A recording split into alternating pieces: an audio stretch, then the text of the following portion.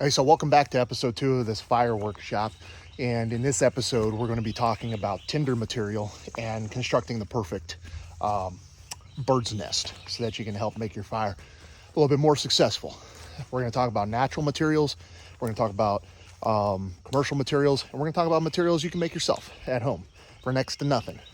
The Tinders bundle is designed to take a little itty bitty spark or flame and turn it into a much bigger flame and extend that flame in order to ignite your kindling. So we're going to talk about some materials that'll help you be more successful in this episode. So stay tuned.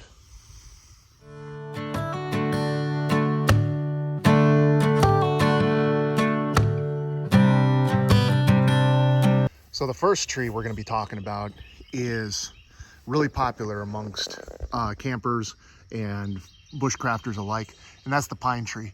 And this pine tree is overgrown with other species, but we can tell that it's a pine tree because of the bark. Well, mostly because of all the needles that are right there and all the needles that are up, but mostly, but also because of the bark. A pine tree is different from a cedar tree or other trees because it has this really scaly, armored looking bark, right?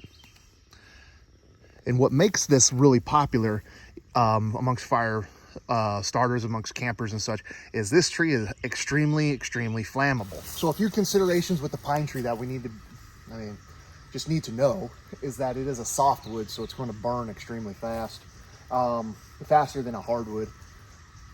It's also, the resin inside, we don't want to cook with it. However, we can absolutely use this to help us get our fire started.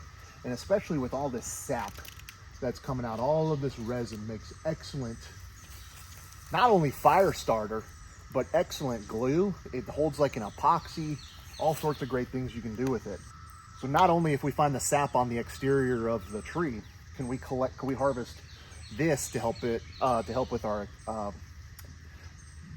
our fire starter. So if we were to find a down pine tree and able to get some pine knot where this resin is actually infused into the wood, that would also make an excellent fire starter that we can shave into our tinder bundle. Also, these pine needles that drop down, that are dead, brown, this makes an excellent bird's nest as well. However, some things we need to take into consideration is the moisture content of these. If it had rained recently, we want to consider that, just because these can get wet, and if you put too much, you can actually snuff out your fire. But all you would have to do essentially is collect, a handful of this right here, get the cicadas out of it, and bunch it up, start breaking it up.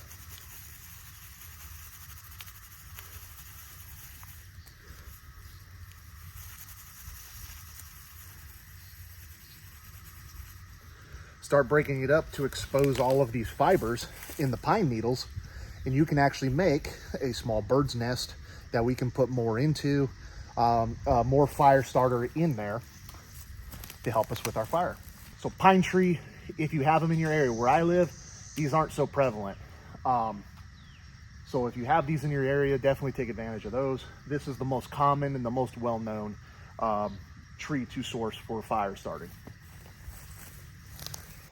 All right, another species of tree that is a champion of the outdoor world is the good old cedar tree.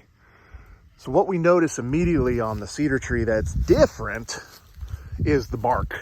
Instead of that armored style bark, we have this like hairy paper thin bark. And that's what makes the cedar tree a champion of the outdoors, is we can harvest this bark without damaging the tree and make an extremely awesome bird's nest. We also notice that the branches are different. Instead of pine needles, they are this, I don't even know how you would describe them, but they're definitely different. Instead of the long leaf or short leaf needles, they have these like nodules or whatever. As long as you don't go all the way around the tree, you won't damage the tree, and you can harvest the bark. Also another softwood, so it's going to burn a lot quicker, and highly resinous, so the resin will also enable you to, or will also assist you in your fire making endeavors. Now there's two types of cedars. You have the red cedar and a white cedar. Red cedar, when you cut into it, it'll be more purple, and a white cedar will not be. And the only importance with that is if you're making friction fire, the red cedar is a lot harder to make a bow drill with because of that resin in there. That purple will harden really easily under that friction and heat. Now the way we can safely harvest the bark is we can obviously just tear it right off if that's an option, or you can take your knife and just score down it, okay? Almost like an eye, okay? So that you can get a little, cut you off, get out of here. Get yourself in here, okay? And then almost like you're shaving.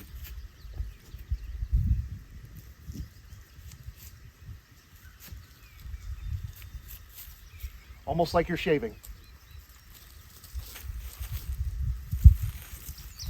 And this is not going to hurt the tree, no matter what you wilderness people say. This is absolutely not going to hurt the tree. Now this inner bark, for instance, is what you would make your baskets and stuff out of. I'm only harvesting the outer layer for my bird's nest. And so what we have here is we have inner bark and outer bark. We can strip that inner bark away, but you can see the resin, hope maybe illuminating off of the sun. And then all we do is just break this apart, and this makes the perfect. This just makes the perfect tinder bundle.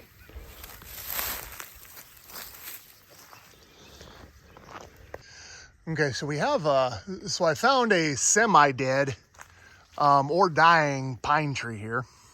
Again, I can tell it's a pine tree, 1, because of the pine needles, 2, because of the bark, and 3, because of all the pine needles. But let's see if we can find some fat wood. So what I'm looking for is basically this. I don't know if you can see the different colorings there, or even right in there. You can see all this kind of reddish coloring in there. And so let's just see what we can find. I'm gonna hi-yat close to the tree. Oh yeah, and you see all those rings right there. See all those rings right there? That is loaded with resin. So that would be our fat wood. Okay. And it's best to find these on dying or dead pine trees because all that resin is going to start collecting at the bottom. So yeah, that's a good chunk of fat wood right there.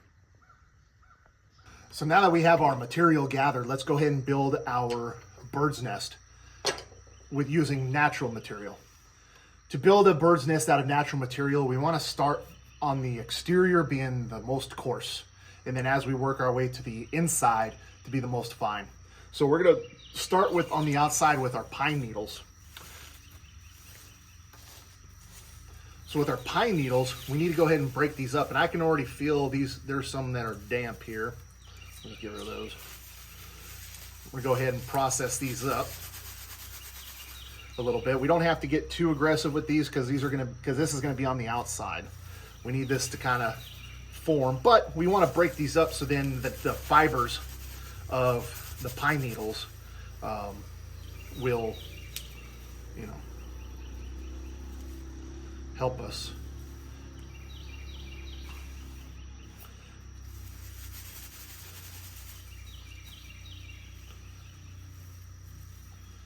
Okay.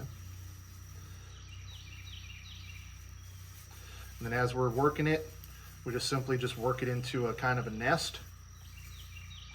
Hence the name bird's nest, like so. And we'll use this later.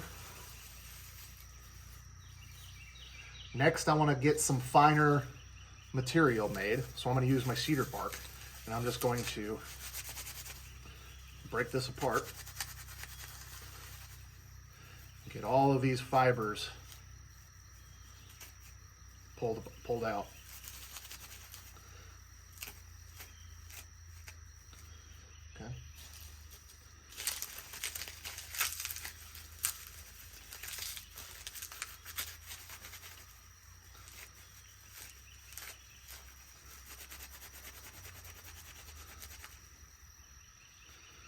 we go. That looks good. So then I'm just going to work this into my bird's nest now. Okay, starting to take some good form there. Then I can take all this fine stuff that fell out and just place it right there in the middle. Okay, so videos on YouTube will show the perfect bird's nest and it will look fantastic, but this is all you need, man. That is all you need right there. Don't worry about it being YouTube perfect, TikTok crazy, nothing like that. Now we can go a step further though. So using processing that fat wood that we previously gathered, we can go ahead and start scraping off some of that fat wood using the back of our survival knife. Whoop. And not losing it on our table here. However you got to do it. You can go ahead and, you don't need a lot. Grab that, sprinkle that in, right in there. That'll help to ignite our bird's nest. Once the flame is caught, that'll help to extend the flame.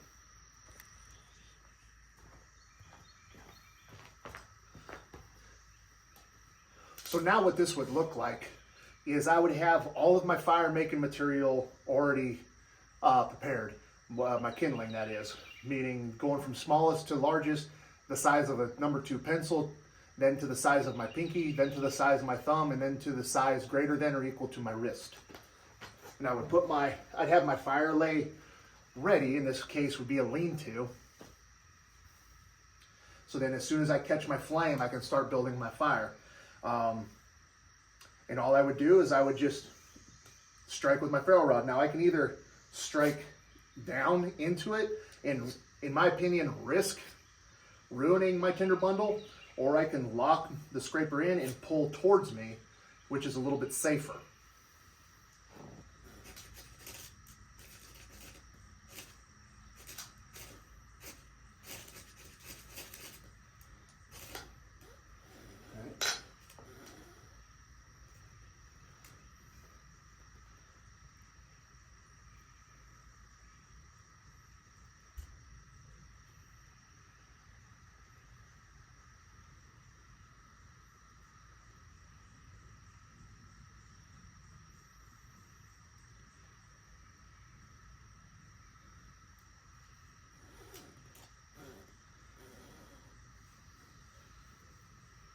What I'm doing is I'm trying to aid in catching everything else around it.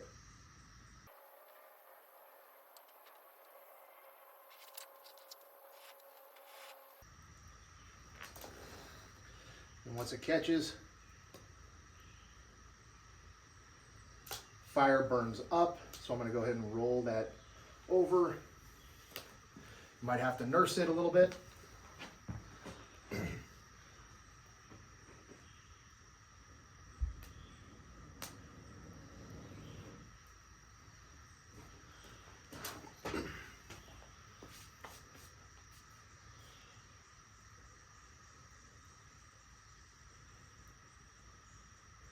And then from there, I can go ahead and start stacking all my little wood that I would have prepared.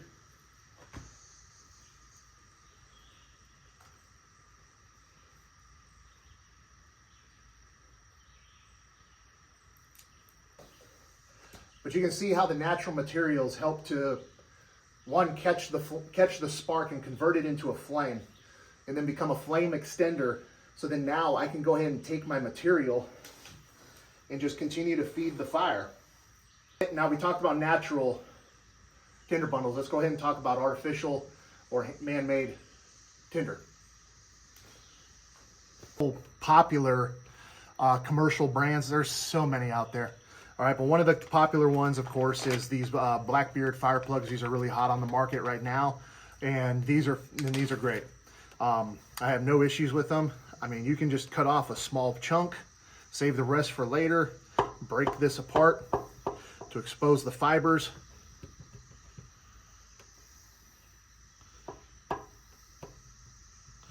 like so. Put it with your Tinder bundle and just light it up that easy.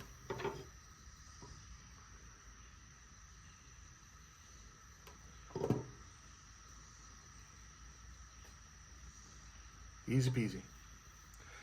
And once you have that lit, the benefit of it is that it's reusable. I can use that again. So those fire plugs are great. Another really popular one are these magnesium strips. This is what I was taught when I went to SEER school. And in fact, nope. Try to do this without making a mess. And these magnesium strips are great. Require a little bit more work. Because you need to make a big pile of these magnesium shards.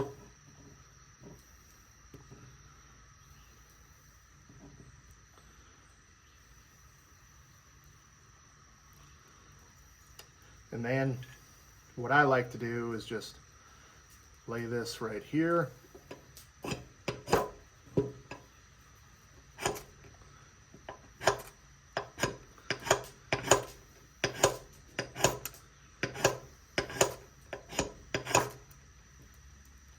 And then get it to ignite. All right.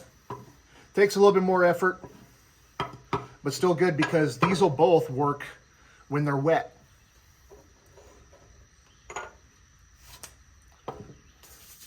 And so there's so many different types. Obviously, I'm not going to go spend money on all those.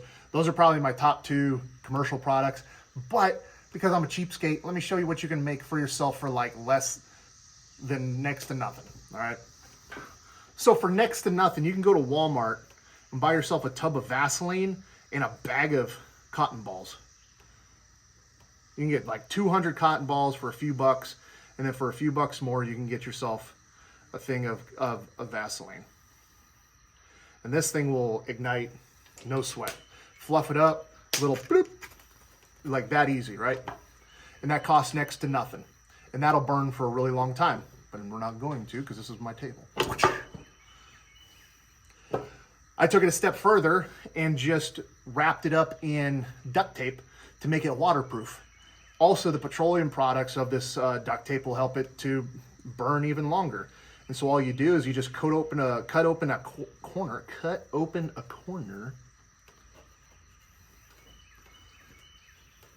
okay, like so, to expose the Vaseline infused cotton ball on the inside. Pull a little bit of it out.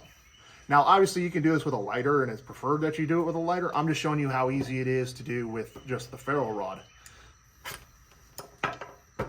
One strike. During wet conditions and rainy conditions, this would be ideal.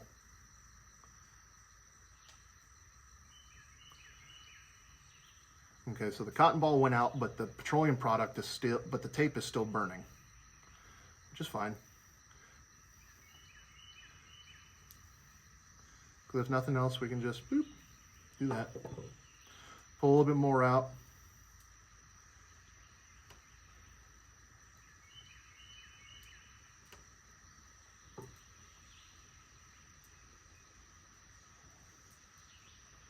Okay, and we see that'll burn for a really long time.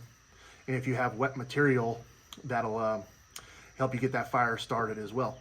And when you're done, blow it out. All right, you're good to go.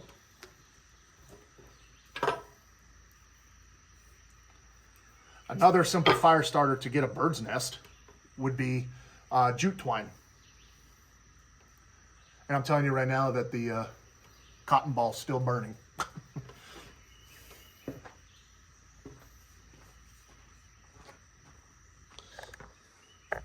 Still burning.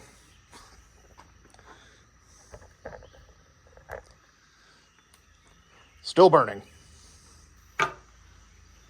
Jute twine is another champion of the outdoor community for making bird's nests and tinder bundles. You can buy 100,000 billion feet of this at Walmart for a few bucks. And then all you do is you just pull it apart. And if it breaks, it don't matter. You can cut them into smaller sections, whatever. Again, doesn't matter.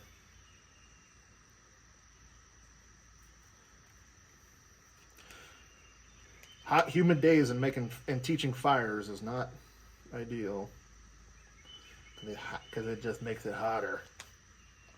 Oh yeah.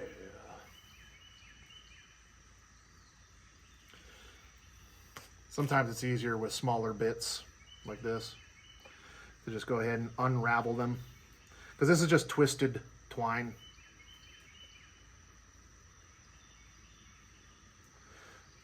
And when you pull them apart, they get nice and fine like that. And that's what we want.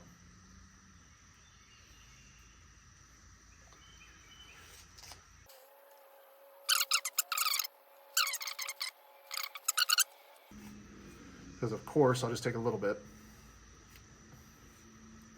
Tiny bit.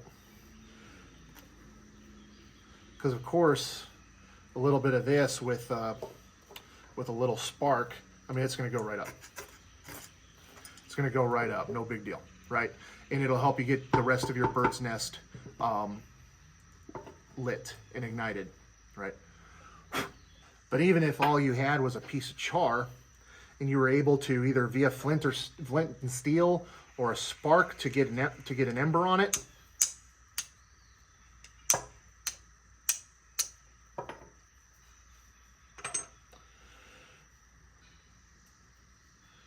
you put it with, allow that ember to grow and to fester.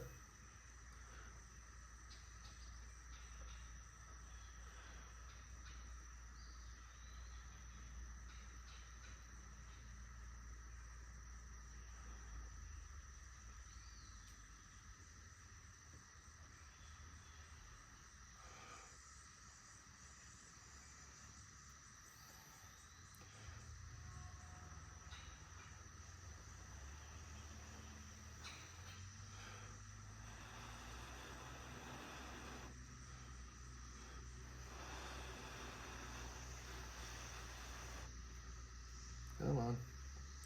Take a little bit of work, I guess. There it goes.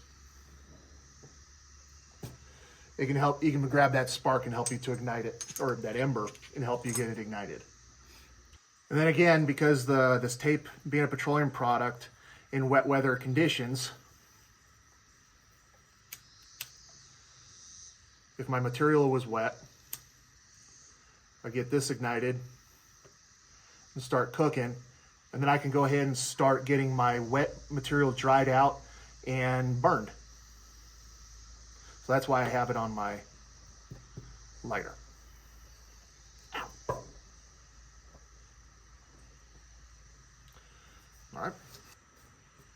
So hey, I think that was some great training today. What do you think? So here's your challenge. What is your go-to fire starter? How do you make your Tinder bundles, or what do you use for your fire starter? Okay, tag me in my socials, or maybe I'll feature you in the next video. Okay, so far in this clinic, we understand what makes a fire work. Remember the fire triangle in episode 1. Now we talked about Tinder sources and Tinder bundles, really simple ones that anybody can go find, identify, and use, as well as some commercial and homemade products. The idea of this clinic is not to wow you with my fire making abilities. It's to help the common person who doesn't know anything else about fire make a fire. And so I hope I'm nailing that objective. I am Patrick. This is Migizi Outdoors. And until the next video, prepare, train, survive. We'll catch you on the next one.